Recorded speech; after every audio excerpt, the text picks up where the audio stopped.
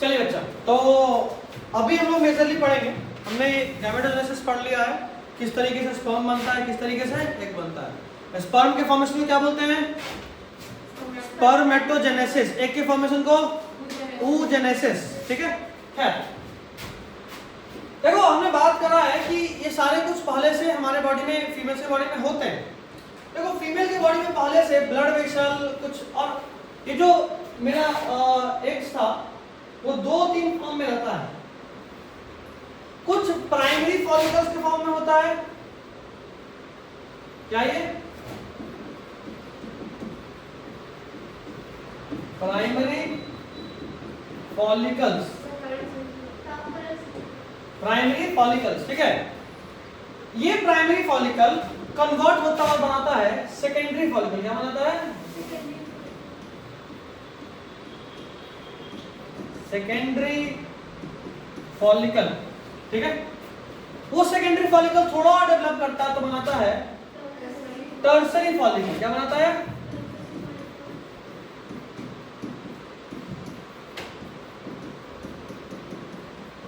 Actually में इन follicles के अंदर एग है।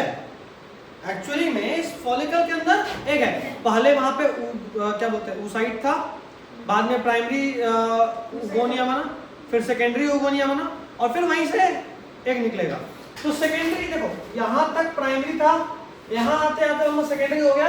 टर्सरी फॉलिकल में एक खास बात है, कैसे पहचाने कि कोई फॉलिकल टर्सरी फॉलिकल है। तो एक खास फीचर होता है इस टर्सरी फॉलिकल में, यहां पे देखो एक खोखला जगह मिलता है, एक हॉलो स्पेस मिलता है जिसके अंदर फ्लूइड फिल्ड है, ठीक है। तो एक फ्लूइड फिल्ड कैविटी है जिसमें क्या बना होता है? एंट्रम कैविटी का नाम है। किसका नाम है? कैविटी। इसके अंदर जो फ्लूइड होता है उसका नाम है फॉलिकुलर लिकर, वो एक्स्ट्रा। आपको बस ये याद रखना है, टर्सरी फॉलिकल को पहचानने का एक खास फीचर है, क्या है? ये उसका कैरेक्टरिस्टिक फीचर है। क्या है? Characteristic feature. कैरेक्टरिस्टिक फीचर का मतलब होता है खास फीचर। क्या मतलब होता है? खास फीचर। तो टर्सरी फॉलिकल में एंट्रम मिलेगा, ये उसका खास बात है। टर्सरी फॉलिकल थोड़ा और डेवलप करता तो बनाता है ग्राफियन फॉलिकल। क्या बनाता है?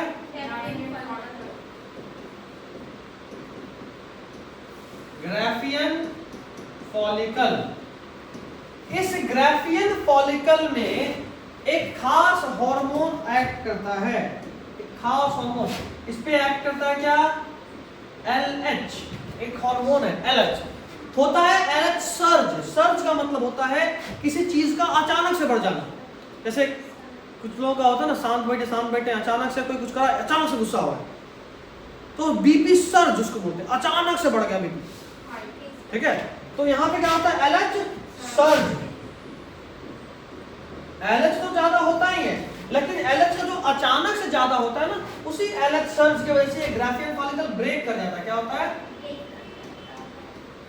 ब्रेक कर देता है। देखो, ग्राफियन फॉलिकल टूट गया, और ग्राफियन फॉलिकल के अंदर से निकलता है क्या? ओवम। अगर इस ओवम को टेक्निकली नाम दे तो ये क्या है?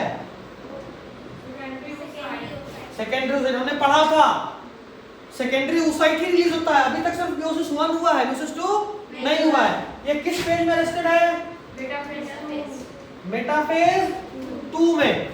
अच्छा, ये ओवम रिलीज हुआ, यानी सेकेंडरी oocyte रिलीज हुआ, कहां गया? फैलोपियन ट्यूब में गया।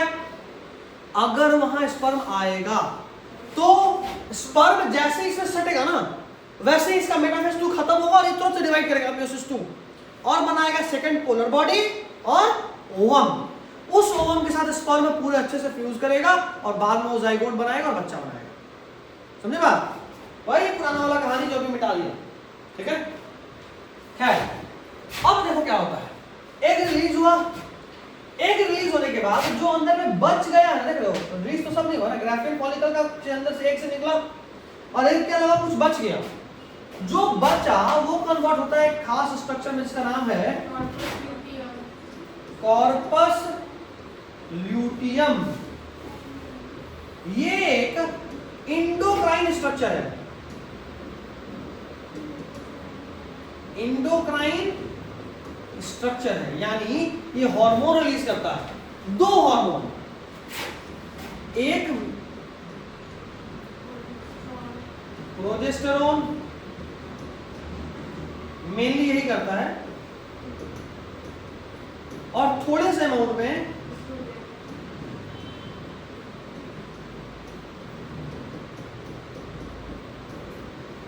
क्या रिलीज करता है, एस्ट्रोजन। कोई दिक्कत? ये साइकिल चल रहा था, ओवम रिलीज हुआ, जो बचा वो किस में कन्वर्ट हो गया, कॉर्पस लूटियम। कॉर्पस लूटियम एक इंडोक्राइन स्ट्रक्चर है जो क्या रिलीज करता है, प्रोजेस्टेरोन। इस कॉर्पस लूटियम का लाइफ होता है कितना होता है, 14 दिन। इसीलिए एग रिलीज होने के एग्जैक्टली 14 दिन बाद पीरियड आता है। जिस दिन एग रिलीज हुआ उसके एग्जैक्टली 14 दिन बाद, 14 डेज के बाद। यहां से एक बात और क्लियर हो गया। अच्छा, एक और बात, एग का लाइफ स्पैन नॉर्मली 1 से 2 दिन होता है मैक्सिमम। तो अगर किसी कोई फीमेल कॉपुलेट कर रही है, मेटिंग कर रही है, तो चांसेस प्रेगनेंसी का तभी है जब उसके बॉडी में एग हो और जिंदा हो। तो अगर हम मान लो बात करें कि आज के दिन पे किसी फीमेल के बॉडी में एग रिलीज हुआ, आज और कल इन 2 दिन में अगर वो मेटिंग करी तब तो फर्टिलाइजेशन का चांस है। अगर मान लो आज एग रिलीज हुआ, आज से 5 दिन बाद करी, एग तो मर चुका है, फर्टिलाइजेशन होगा क्या, नहीं होगा। तो इसीलिए हर बार मेटिंग करने से प्रेगनेंसी हो जाएगा, गारंटीड नहीं है। तो अगर आपको ये पता करना हो कि भाई हम, मेरा बॉडी सबसे अधिक फर्टाइल कब है, कब फर्टिलाइजेशन होगा, तो मां बनने का चांसेस सबसे ज्यादा है, प्रेगनेंसी का चांसेस सबसे ज्यादा है पीरियड्स के 14 दिन पहले। अगर आपका डेट फिक्स्ड है तो उस फिक्स डेट से अगर हम 14 दिन पहले जाते हैं तो एग्जैक्ट उसी दिन एक रिलीज हुआ होगा, तो उससे 1 दिन पहले, 2 दिन पहले या 2 दिन बाद में चांसेस है यही 2 दिन आगे पीछे होगा। बस उसी 2 दिन के रेंज में अगर मेटिंग हुआ तो chances are very high to get pregnant. उसके अलावा अगर मान लो मेरा पीरियड मान लो 28 है और हम 26 को कर रहे हैं, 27 को कर रहे हैं, 25 को ट्राई कर रहे हैं, होगा कुछ? ये सब स्पर्म ही जिंदा, सॉरी एग ही जिंदा नहीं है। समझे बात? तो ये चीज इसलिए बताए क्योंकि ये अभी जो कंसेप्ट बताए ये अगला टॉपिक रिप्रोडक्टिव हेल्थ में काम आएगा, बोर्ड्स में भी पूछता है, ठीक है? खैर ये चीज क्लियर है यहां तक। अच्छा, अगर 14 दिन के आसपास, मतलब मान लो 10-12 दिन में भी अगर कोई चांसेस नहीं लगा कि फर्टिलाइजेशन हुआ है, तो ये कॉर्पस लूटियम भी डिजेनरेट करता है। क्या करता है?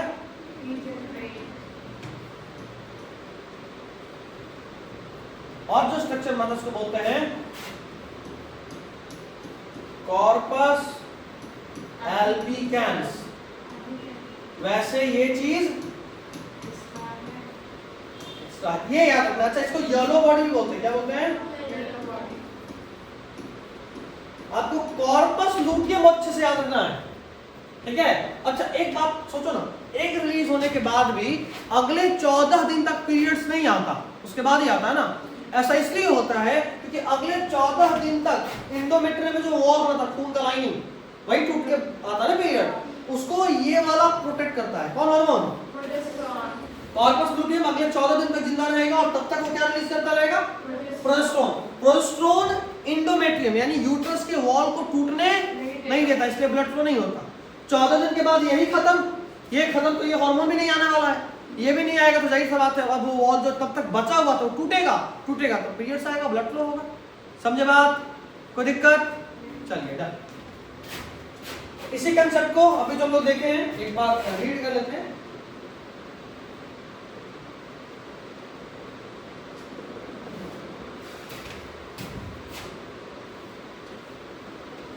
सबसे पहले प्राइमरी फॉलिकल्स में एक लेयर ऑफ सेल है जिसको बोलते हैं ग्रैनुलोसा सेल्स, ये याद रखना है। Granulosa cells is important. ये प्राइमरी फॉलिकल्स में ना यहाँ पे ग्रैनुलोसा सेल्स होते हैं, वो भी हार्मोन्स रिलीज करते हैं, एस्ट्रोजन। खैर उसमें ग्रैनुलोसा सेल्स होते हैं। सेकेंडरी में ग्रैनुलोसा सेल्स और ज्यादा, एस्ट्रोजन और ज्यादा, वही बनाता है एक्चुअली इंडोमेट्रियल लाइनिंग। टर्सरी में एंट्रम आएगा जो इंपॉर्टेंट है, उसमें theca external, theca internal, 2 layer add होता है, एक्स्ट्रा है बट सुन लो। और याद रखना टर्सरी स्टेज में ही एक के ऊपर एक लेयर बनता है, इसका नाम है, बहुत इंपॉर्टेंट है। असल में एग के ऊपर दो लेयर होता है, एक होता है कोरोना रेडियाटा और एक होता है जोना पेल्यूसिडा। चलिए बताइए बाहर कौन अंदर कौन? नोट से लिख के बताओ, याद नहीं है तो। बाहर कौन है अंदर कौन है? देखो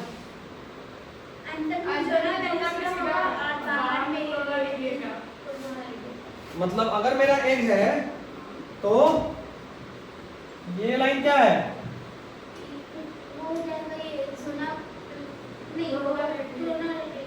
ये है मेरा एग, तो अंदर में क्या?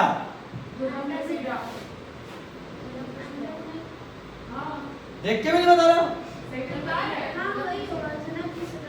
अभी भी कंफ्यूज नहीं। जोना पेल्यूसिडा बाहर में,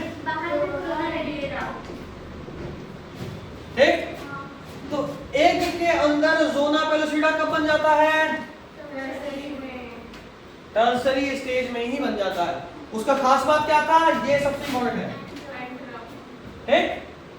अच्छा, उसके बाद ये कन्वर्ट होगा ग्राफियन फॉलिकल में। ग्राफियन फॉलिकल में ज्यादा कुछ होता नहीं है नॉर्मली, जाहिर सा होता है ना। ग्राफियन फॉलिकल में बस अलग सर्च होगा, एग रिलीज होगा, ठीक है, ओव्यूलेशन। जो बच गया वो किसमें कन्वर्ट होगा? Corpus luteum. कॉर्पस लूटियम से दो हार्मोन कौन कौन? प्रोजेस्टेरोन और एस्ट्रोजन। प्रेगनेंसी को मेंटेन कौन करता है? प्रोजेस्टेरोन। एंडोमेट्रियल लाइनिंग को मेंटेन कौन कर रहा था? प्रोजेस्टेरोन। चलिए डन। आई गेस इसमें तो किसी को कोई दिक्कत नहीं। I want you to read this. जल्दी से एक बार रीड करिए इस वाले टॉपिक को, पूरा पूरा बताया जा चुका है आपको।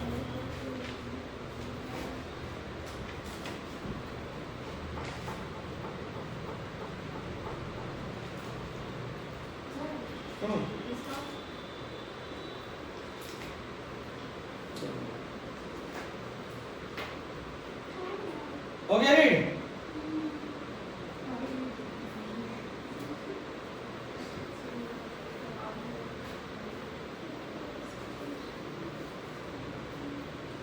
किसी पॉइंट में दिक्कत है? आप बोल सकते हैं किसी पॉइंट में दिक्कत है?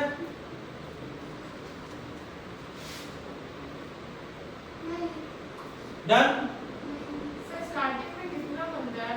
लाखों में होता है, उसके बाद खत्म होता जाता समय के साथ।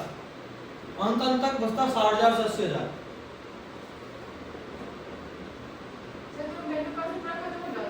क्या? हाँ, मेरे पास तो पूरा खत्म। 45 से 50 साल आते आते सारा खत्म हो जाता है। 45 to 50। डन है? पीछे किसी पॉइंट देख के तो बता दो, देख कर तो बोल दो बच्चे, नहीं देख रहे तो कोई बात नहीं, पढ़ो आगे। चलो ठीक। सीमेन, देखो सीमेन बोलते हैं मेल में असल में सिर्फ स्पर्म रिलीज नहीं होता, स्पर्म के साथ साथ उसके जो बाकी एसेसरी ग्लैंड्स है उसके सिक्रीशंस भी रिलीज होते हैं। लास्ट क्लास में अगर आपको याद है तो हम थोड़ा सा फ्रुक्टोज जैसा बताया था, याद है? रेप केसेस में चेक करते हैं फ्रुक्टोज, क्योंकि वो सिर्फ और सिर्फ, हाँ, क्योंकि सिर्फ और सिर्फ प्रोस्टेट से ही, सॉरी सेमिनल वेसिकल से ही फ्रुक्टोज निकलता है और स्पर्म का ही सिर्फ फूड होता है, बाकी में और कहीं फ्रुक्टोज नहीं मिलता। तो अगर कहीं किसी फीमेल के बॉडी में फ्रुक्टोज मिल रहा है, खासकर वेजाइना में, तो पक्का पक्का वहां स्पर्म गया है। तो ये कंफर्म करता है मेडिकली कि किसी फीमेल का एलिगेशन फॉल्स नहीं है, सच में उसके साथ सेक्सुअल असॉल्ट हुआ है। इसीलिए सबसे पहले सुनोगे ऐसा कोई भी केस होता तो पुलिस मेडिकल कराता है, मेडिकल में यही होता है, ठीक है? खैर, तो जो सीमेन है वो sperm along with all the other secretions को मिला के होते हैं। देखिएगा, secretion of epididymis, vas deferens, सब कुछ जरूरी है। कुछ मैच्योरिटी कराता है, कुछ मोटिलिटी कराता है। याद रखना, क्वाइटस के वक्त यानी जब एक बार मेटिंग होता है तो मेल के बॉडी से 200 से 300 मिलियन स्पर्म निकलता है। कितना? 200 से 300 मिलियन। इनमें से कम 60% का नॉर्मल सेटन साइज होगा, तभी कोई मेल जो है वो फर्टाइल कराएगा, तभी वो बच्चा पैदा कर सकता है, ठीक है? 200 या 300 मिलियन में से कम 60% का नॉर्मल सेप साइज होना चाहिए, तभी कोई मेल बच्चा पैदा कर सकता है, नहीं तो कभी बच्चा पैदा नहीं कर पाएगा। नेचुरली। दूसरा चीज, एक ये कंडीशन। दूसरा कंडीशन, ये जो 60% था, उस 60% में से कम 40 से लेके 60, सॉरी कम से कम 40%, इस 60% में से कम 40% के पास विगरस मोटिलिटी भी होना चाहिए कि बहुत तेजी में भाग सके। एक्चुअली में मेल स्पर्म रिलीज कहां करता है? कहां करेगा भाई? कहां रिलीज करेगा स्पर्म? वेजाइना में।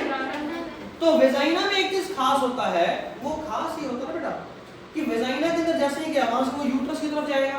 जैसे ही वो यूट्रस की तरफ गया, यूट्रस में बहुत तेजी से स्पर्म का किलिंग शुरू होता है।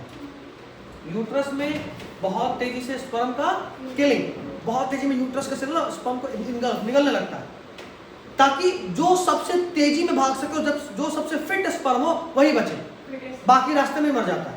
मतलब सोचो कितना रिलीज किया मेल? 200 से 300, एक तक पहुंच मुश्किल से 100-150 पाता है। सोचो कितने स्पर्म को मार दिया जाता है बीच में। जो सबसे फिट 100 है वो पहुंचेगा, और उसमें भी जो सबसे पहले पहुंचा केवल वही फ्यूज करेगा। समझे बात? तो सोचो क्या भयानक कंपटीशन है। 200-300 मिलियन स्पर्म में से कोई एक स्पर्म है जो फ्यूज करने वाला है। तो नेचर कितना स्ट्रिक्टली सेलेक्ट कर रहा होता है, बाकी सारे सेल्स खत्म हो जाएंगे, सिर्फ एक बचे, है ना? है, ये तो नॉर्मल सीमेन का बात हो गया। अब बात करते हैं हार्मोनल कंट्रोल कैसा होता है। मेल में मेजरली पढ़ना है, फीमेल्स में भी है लेकिन उतना इंपॉर्टेंट नहीं है, मेल्स में मेजर है। मेल में एक्चुअली ब्रेन में होता है पिट्यूटरी ग्लैंड, ये नाम सुने होंगे सब लोग, उसको बोलते हैं master gland of the body. Pituitary gland असल में एक स्टॉक से जुड़ा है जिसको बोलते हैं हाइपोथैलेमस। क्या बोलते हैं? हाइपोथैलेमस। तो हाइपोथैलेमस एक हार्मोन रिलीज करता है, क्या नाम उसका? GnRH। इसका पूरा नाम है, ये याद रखना बच्चा, गोनैडोट्रोपिन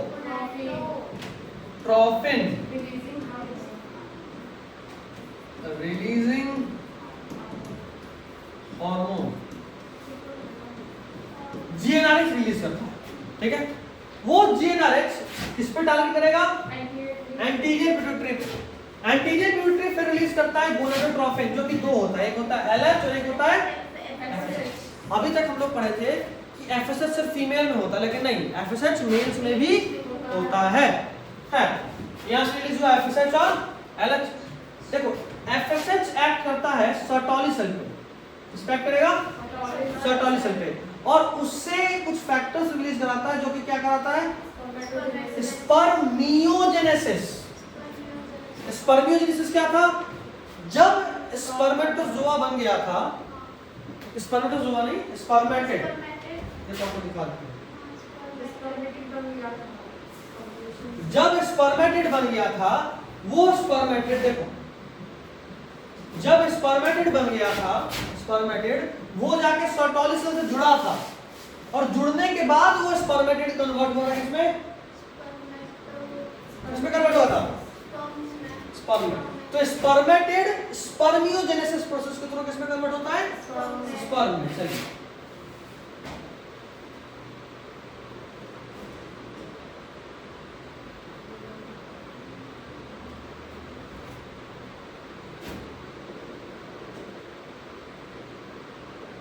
क्या होता था जी?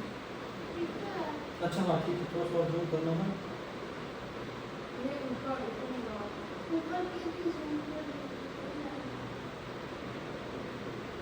यहाँ पे बता रहा हूँ।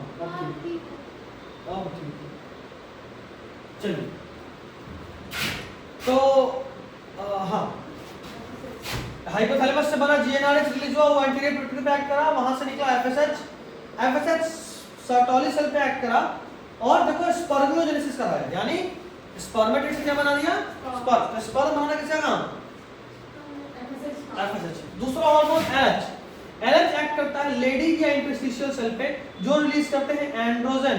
To be very honest, androgens are testosterone, उसके साथ साथ कुछ और हार्मोन्स होते हैं।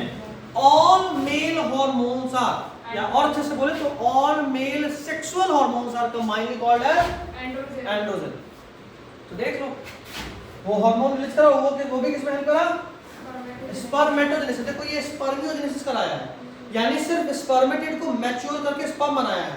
ये स्पर्मेटोजेनेसिस यानी ओवरऑल मेल के स्पर्म प्रोसेस में हेल्प करता है। ठीक है, स्पर्मेटोजेनेसिस पूरे प्रोसेस को बोलते हैं, स्पर्मियोजेनेसिस सिर्फ स्पर्मेटिड के स्पर्म के बनने को बोलते हैं।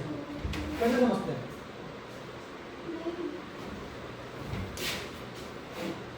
ये पूरा है स्पर्मेटोजेनेसिस और सिर्फ ये है स्पर्मियोजेनेसिस।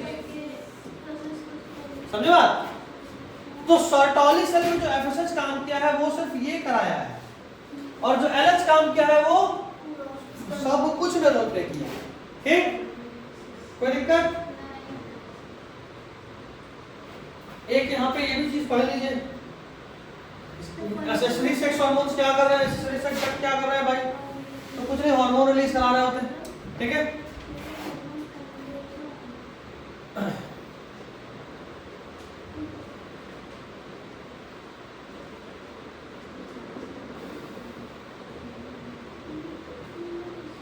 थोड़ा सा ये डायग्राम आपको याद रखना है, जो कि हम आपको बोले भी थे। पहले फीमेल्स पे देख लेते हैं। एग आपको जो याद करना है, जो इंपॉर्टेंट है वो बता रहे हैं। इंपॉर्टेंट है कि एग के अंदर वाले लेयर में कौन सा है और बाहर वाले में कौन सा है। बस उन सब के अलावा एक और मेम्ब्रेन होता है, ये वाला, जिसको बोलते हैं पेरीविटेलाइन मेम्ब्रेन। क्या बोलते हैं? पेरीविटेलाइन मेम्ब्रेन। तो इंपॉर्टेंट दो है, अंदर में कौन, बाहर में कौन। तो आप कैसे याद रखना है? अगर आप बाहर से एक से मिलने जाएंगे, बाहर खड़े हैं जा रहे हैं एक से, जैसे मान लो स्पर्म आया है, इसको एक से मिलना है, तो सबसे पहले किससे मिलेगा? Coronary data. पहले सी आता है ना, तो पहले सी आया, बोलिए बताइए क्या बात है, दिया अपना परिचय, तो ठीक है, फिर सी रास्ता छोड़ा, आगे बढ़ा तो दूसरा बॉडीगार्ड कौन भाई? जेड। पहले सी आया था ना, फिर कौन आता है? जेड। तो दूसरा कौन है? जोना पेलोसिटा। उसके बाद पहुंचा एक तक, तो फिर हुआ कि हाँ नमस्ते नमस्ते, आइए आइए आइए, काम चालू करें। लेकिन स्टार्टिंग में दो लेयर। ठीक है, जो कोरोना रेडिएटा होता है ना, ये बड़ा ही ढीठ होता है, मानने को तैयारी नहीं। ये बता रहा है कि भाई साहब मेरे को एक चीज से काम है, स्पर्म को सीधा रोक देता, नहीं जा देंगे, फिर बेचारे को जबरदस्ती करना पड़ता है। इसके सिर पे एक हार्मोन होता है जिसका नाम है CPE। क्या नाम है? Corona penetrating enzyme. वो रिलीज करेगा, पूरा कोरोना रेडिएटा ही खत्म कर देगा, जा। तब जाके फिर आता जिन बोलता जीते जी तो हम जाए देंगे नहीं, तो क्या करता है, इसको मार के ही खत्म कर देता है। उसके बाद दूसरा अगला पे कौन है? भी बोलता है कि नहीं भाई, एक मैडम मना करी हुई है, कोई मिलने नहीं आ सकता, तो ये बोलता है कि देख तेरे से पहले एक और मिला था, क्या नाम था उसका? Corona radiata. देख ले उसका नामो निशान मिल रहा है? बोला ना भाई मिल तो रहा नहीं। तो बोला बस तो रास्ता दे दे। बोलता ठीक है भाई रास्ता बना लो। तो क्या करता है स्पर्म, कोरोना, देखो ये तो पूरा ही गायब हो गया था, कुछ ज्यादा लड़ रहा था ना, कहानी है खत्म।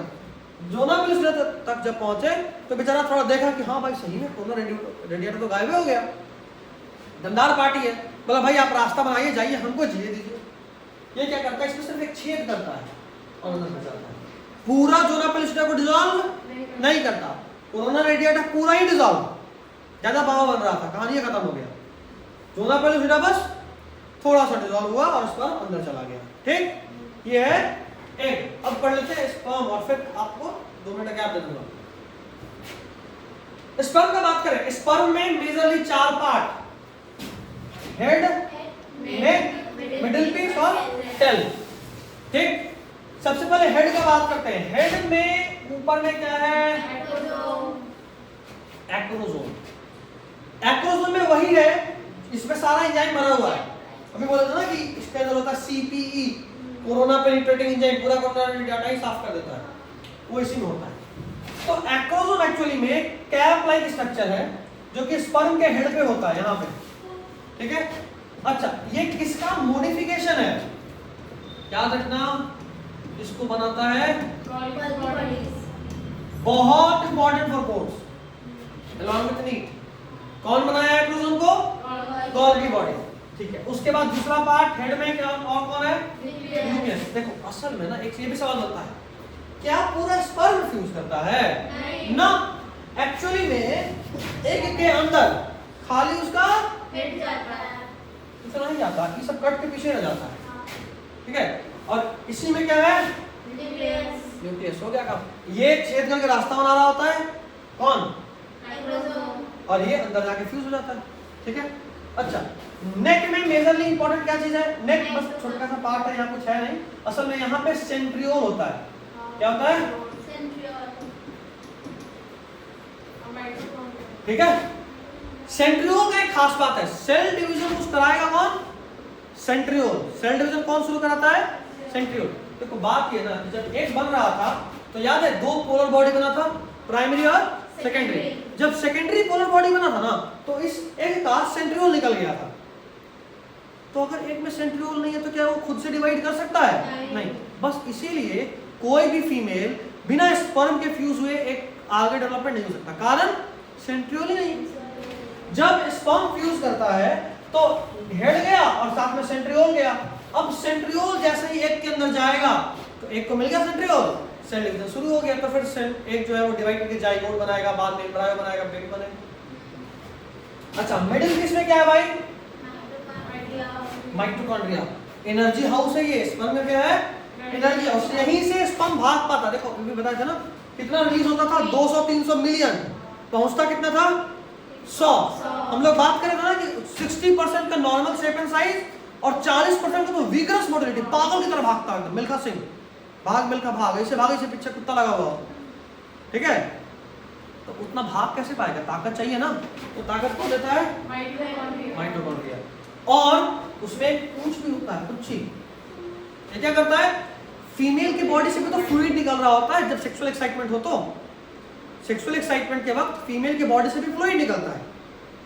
मेल के बॉडी में भी स्पर्म में कुछ और फ्लूइड्स होते हैं स्पर्म के साथ साथ। तो ये जो फ्लूइड है ना उसमें तैर सके, चल के भागने में तो मर जाएगा।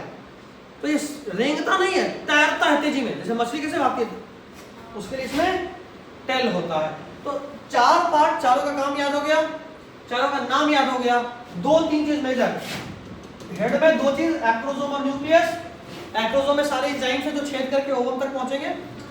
न्यूक्लियस तो भाई जेनेटिक मटेरियल क्या नहीं कर रहा है। नेक में सेंट्रियोल है, जब तक ये नहीं होगा डिवाइड नहीं कर सकता।